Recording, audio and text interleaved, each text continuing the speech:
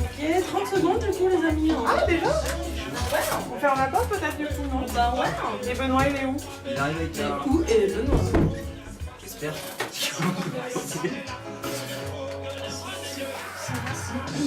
Sinon on fera une interview. Du coup on monte les micros. Allez, c'est parti.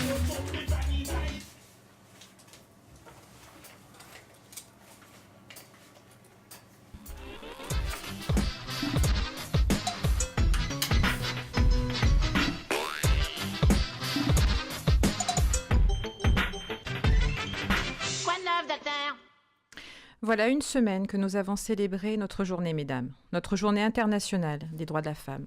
Juste une dans l'année, pour rappeler qu'il fut nécessaire pour les femmes d'affirmer leurs droits et qu'il n'allait pas de soi que ceux-ci puissent être garantis.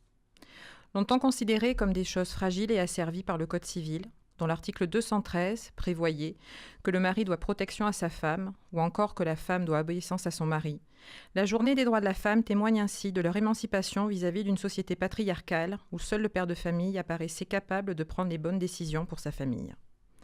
L'article 215 indiquait encore jusqu'en 1975 que le choix de la résidence de la famille appartenait au mari et que la femme était obligée d'habiter avec lui. La fin des années 70 a ainsi marqué, avec la légalisation du droit à l'avortement, un tournant dans l'émancipation des femmes et l'effectivité de leurs droits. Ce n'est pourtant qu'en 2014 que la référence au bon père de famille a été supprimée par l'article 26 de la loi du 4 août 2014 pour l'égalité réelle entre les femmes et les hommes. Précisons réelle, alors que le préambule de la Constitution de 1946 affirmait déjà l'égalité entre les femmes et les hommes. Les juristes constatent souvent ce décalage entre l'affirmation des principes et leur pleine effectivité, décalage confirmant, s'il en était besoin, de confirmer que rien n'est acquis pour les femmes.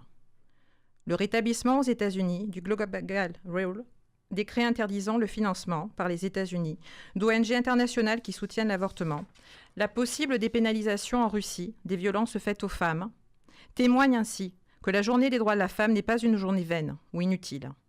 Elle est d'abord le rappel d'un combat universel, celui de l'égalité, et la célébration de l'une de nos plus grandes libertés, celle de pouvoir décider par nous-mêmes et pour nous-mêmes, et de dire librement non. Bonsoir à toutes et à tous, Barbara sur les ondes du 93.3 pour une nouvelle édition de Quoi de neuf doc, l'émission de vulgarisation scientifique de l'association Doct Auvergne. Cette émission vient de débuter avec...